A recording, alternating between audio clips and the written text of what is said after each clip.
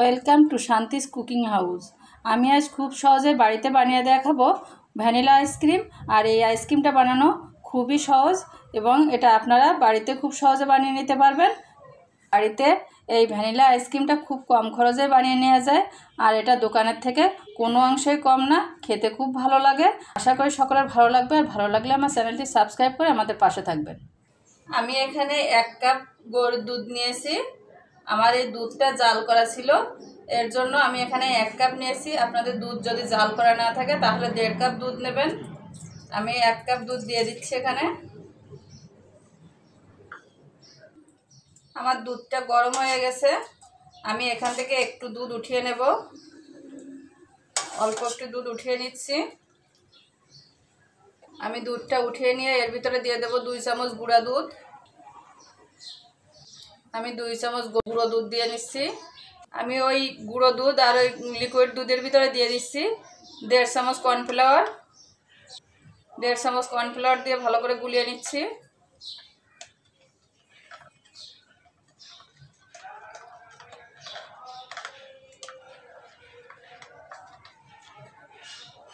ভালো করে গুলিয়ে নিতে হবে যাতে এতে কোনো দানা দানা না থাকে।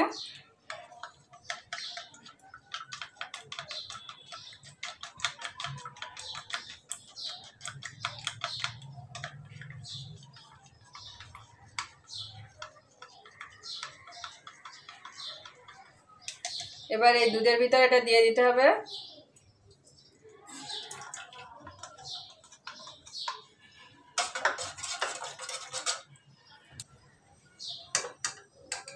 ভালো করে মিশিয়ে নাড়াচাড়া করে জ্বালিয়ে নিতে হবে। এবার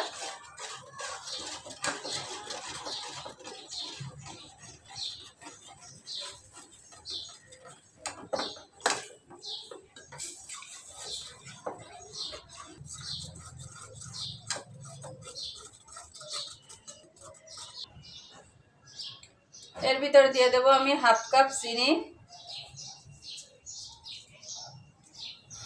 চিনিটা দিয়ে আমি ভালো করে জাল করে নেব।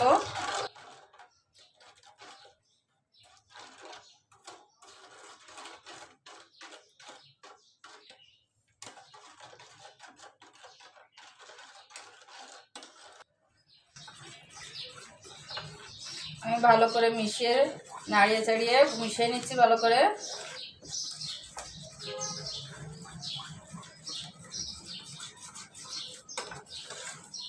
আমি এভাবে অনবরত নাড়তে থাকবো, নাহলে নিচে লেগে যাবে।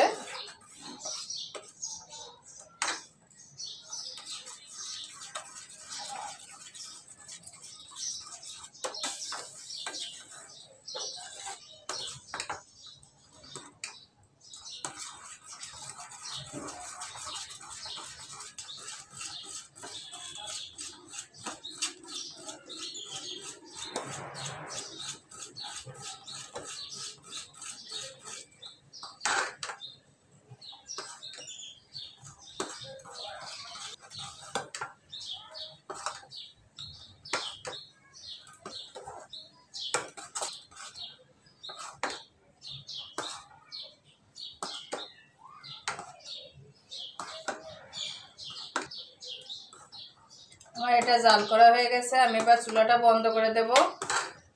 চুলাটা বন্ধ করে এবার এটা ঠান্ডা করে নেব।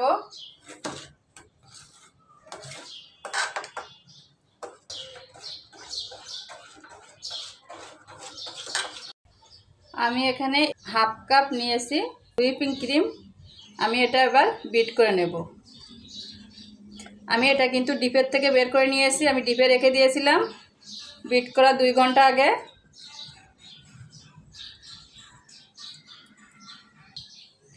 আমি ইলেকট্রিক বিটার দিয়ে এটা বিট করে নিচ্ছি।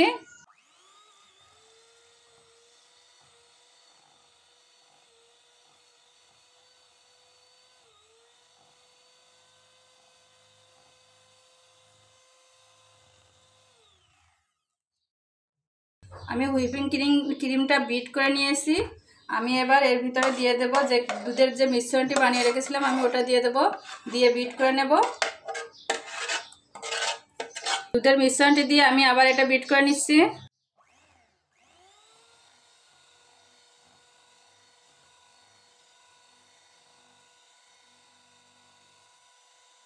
আমি এটা বিট করে নিয়েছি ক্রিমটা। এবার আমি এর ভিতরে দিয়ে দেব ভ্যানিলা এসেন্স। ভ্যানিলা এসেন্স দিয়ে দিচ্ছি। ভ্যানিলা এসেন্স দিয়ে আমি আর 1 মিনিটের মতো বিট করে নেব এটা। আমি ভ্যানিলা এসেন্স দিয়ে 1 মিনিটের মতো বিট করে নিয়েছি। আমি এবার এটা একটা বাটিতে সেট করে নেব। আমি আইসক্রিমগুলো বাটিতে সেট করে নিয়েছি। আর এবার এটা ঢাকনা দিয়ে ঢেকে আমি ডিপ ফ্রিজে রেখে দেব 8-9 ঘন্টার জন্য। আপনারা এটা আরও বেশিক্ষণ রাখতে পারেন, তাহলে আরও ভালো হবে। আমি 8-9 ঘন্টা পরে আমি বের করে দেখিয়ে দেব কেমন হয়েছে। আমি এটা এখন ডিপ ফ্রিজে রেখে দিচ্ছি। আমি আইসক্রিমটা সারা রাত দিয়েছিলাম ফ্রিজে।